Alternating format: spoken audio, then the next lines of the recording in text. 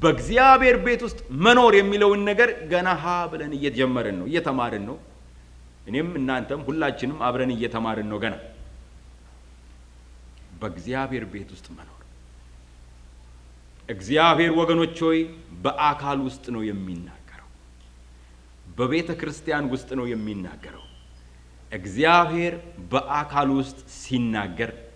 ያንን ድምጽ ቸል አንበለው የቤተ ክርስቲያን ድምጽ የእግዚአብሔር ድምጽ ነው ለዚህ ነው በሐዋርያት ሥራ በመታነቡበት ጊዜ በምዕራፍ 15 ላይ በቤተ ክርስቲያን ትልቅ መከፋፈል ሆኖ ያመኑ አይሁድ የሙሴን ሥርዓት ተከተሉ ዘንድ ይገባቸዋል የሚሉና ደህንነት በጸጋ ነው እግዚአብሔር ከዛ ሥርዓት ነፃ አድርጎናል በሚሉ የጌታ አገልጋዮች መካከል መከፋፈል በሆነ ጊዜ ቤተ ክርስቲያን ውሳኔን አወጣች ያም ደግሞ ምን የሚል ውሳኔ ነበር ታውቃላችሁ ውሳኔውን ብያምናለሁ እኛና መንፈስ ቅዱስ ተስማምተናል እግዚአብሔር ይመስገን እኛና መንፈስ ቅዱስ እንዲህ እንላለን ያ ቃል በጣም አስፈላጊ ቃል ነው ወገኖች ያንን ቃል አንርገጠው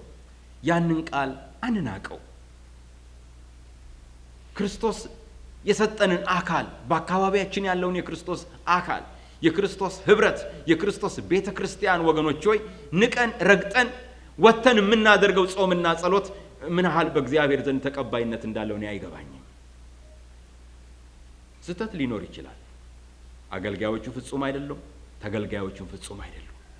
ነገር ግን ወገኖች ሆይ እንደዛው እስከነ ስህተታችን እግዚአብሔር ይጠቀምብናል ሃሌሉያ